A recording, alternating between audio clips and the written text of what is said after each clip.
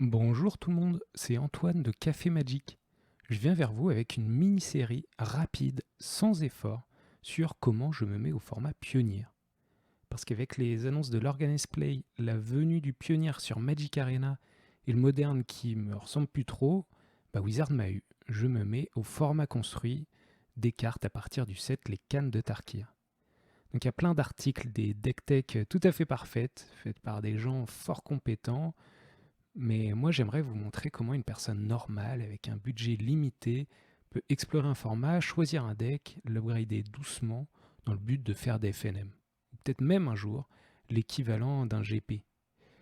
Donc moi, quand je dois me lancer dans un nouveau format, je commence par aller sur mtggoldfish.com, parce que c'est là que tu peux voir dans un metagame, c'est-à-dire quels sont les jeux qui sont joués en ce moment.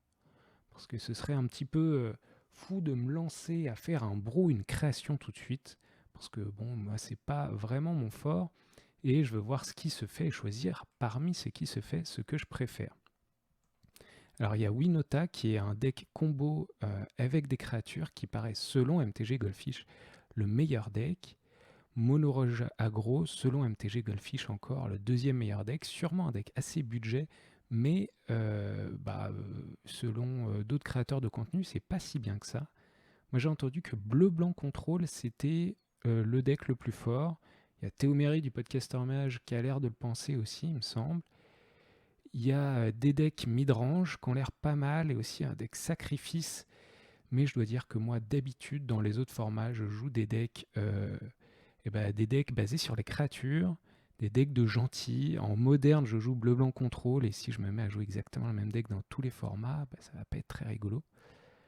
IZ Control, ou plutôt IZ Phoenix, j'ai tenté de le jouer sur Arena en standard et en historique à l'époque. J'avais juste vu que ce gameplay, à moi, ne me plaisait pas trop. Parce que tu sais pas si tu vas réussir à avoir tes Phoenix, tu dois te lancer sans savoir dans la combo avant de savoir si tu vas y arriver. Et il y a un deck qui s'appelle Hidden Strings sur mes MTG Goldfish. Alors là, c'est un peu les limites parfois du site. On voit des noms qui ont un peu rien à voir, mais c'est un deck Lotus Field Combo.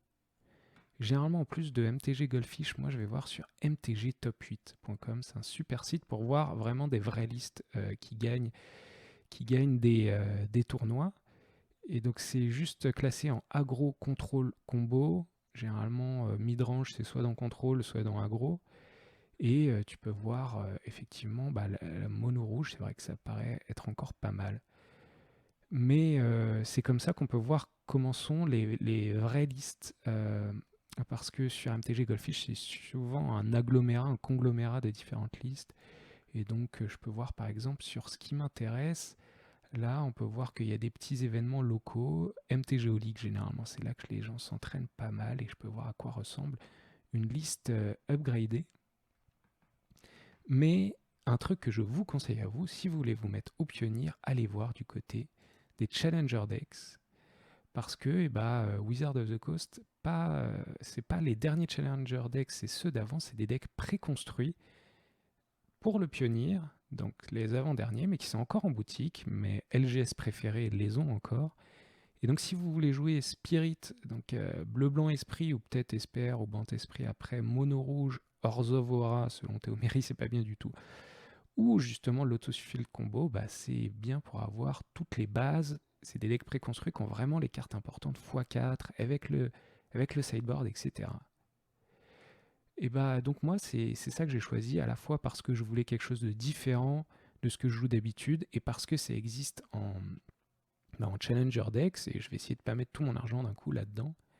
Et aussi, je dois dire que ça me rappelle le deck Inala que j'ai joué en Duel Commander, à une époque où on avait un petit peu brûlé la liste, enfin ils avaient surtout brûlé la liste avec la team des Apes Together Strong, avec J.E. Deprat, les gens du podcaster Mage.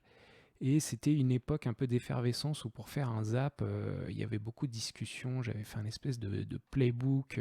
On voulait savoir quelle est la meilleure manière de faire la combo, etc. J'avais vraiment l'impression d'être dans un groupe de complotistes pour faire le meilleur deck cabalistique. Et j'aimerais un petit peu retrouver ce feeling-là qui va me changer de ce que je fais d'habitude dans les autres formats. Donc voilà, Après avoir fait ce choix, j'ai acheté justement ce Challenger Deck et je vais l'ouvrir avec vous dans la prochaine vidéo. Donc à bientôt, j'espère que ça vous a plu et on va continuer de voir comment moi je me débrouille en pionnier, moi qui n'ai pas pro, qui n'est pas un génie. Donc à bientôt.